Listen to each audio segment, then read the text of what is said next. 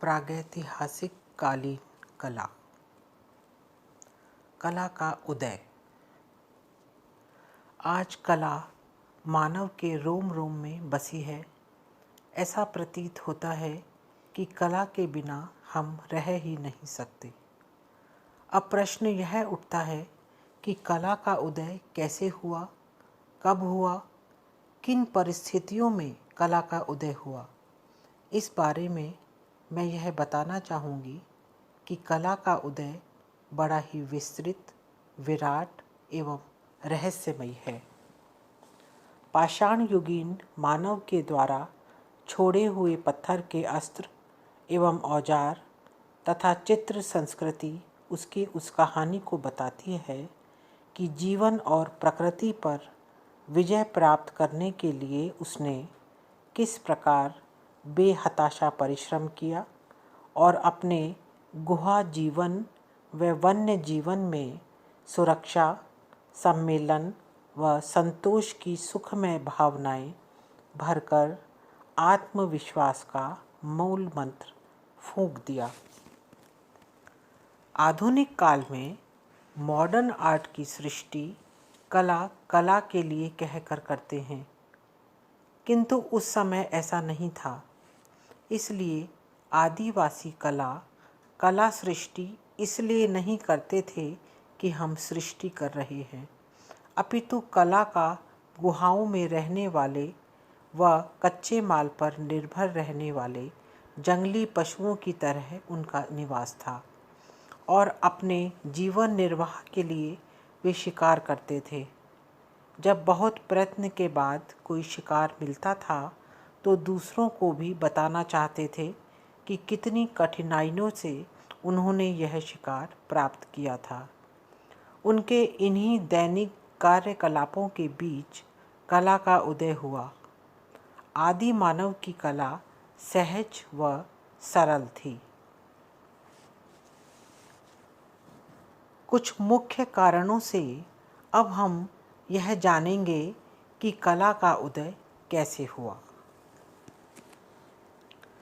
सर्वप्रथम मानव को अपने विचारों को प्रकट करने के लिए भाषा की आवश्यकता हुई। अतः सर्वप्रथम मानव ने इशारों से अपने मन की भावनाओं को दूसरों तक पहुंचाया, लेकिन इससे समस्त अभिव्यक्ति ठीक नहीं हो पाती थी।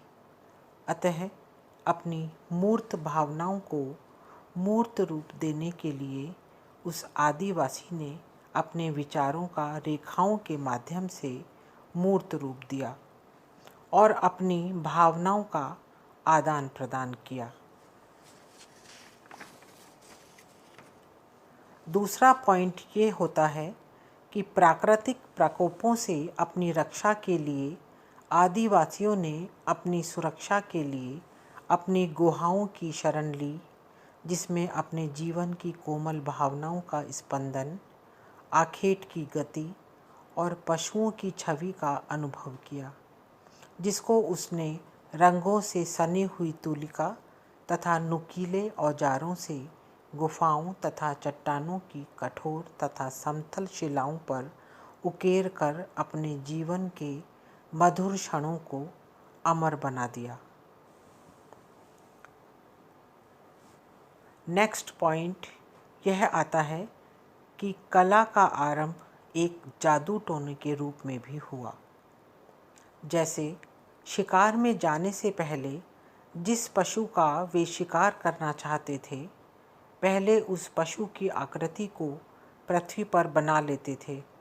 फिर उस आकृति को तीर से मारकर यह अनुमान लगाते थे कि संभवतया यह मर गया है और निश्चय ही हम शिकार करने में सफल होंगे। संभवतया कई बार उनके मन में यह भावना होती थी कि मानो वन में गाय, हिरन, भैंसा, सूअर आदि की कमी हो गई है।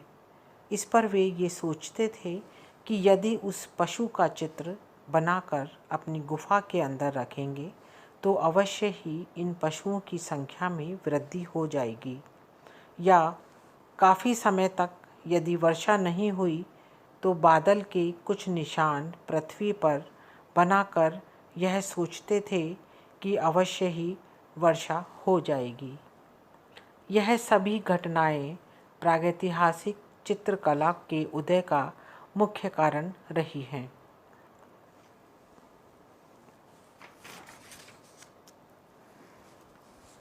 यह भी अनुमान लगाया गया कि मनोविनोद के रूप में भी कला की सृष्टि हुई होगी, क्योंकि सारा दिन मनुष्य थकान से भर जाता था। परिश्रम के कारण विश्राम के समय हो सकता है उसने विभिन्न प्रकार की आवाज़ें निकाली हों, और इस प्रकार विभिन्न आवाज़ों के साथ साथ एक संगीत आरंभ हो गया हो, और इस प्रकार संगीत का उदय, संगीत की तरंगे निकलने लगी हो।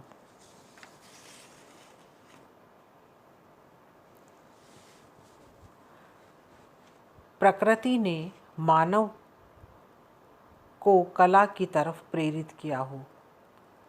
प्रकृति में से उसने रूप व रंगों को अपने अनुरूप ढाला हो, और उसमें जो रूप बना वही कला हो गई हो, क्योंकि कला का विकास प्रकृति के हृदय से ही हुआ है, अर्थात कला प्रकृति से अलग नहीं है। प्रकृति आरंभ से ही, आदिकाल से ही मानव की गुरु रही है।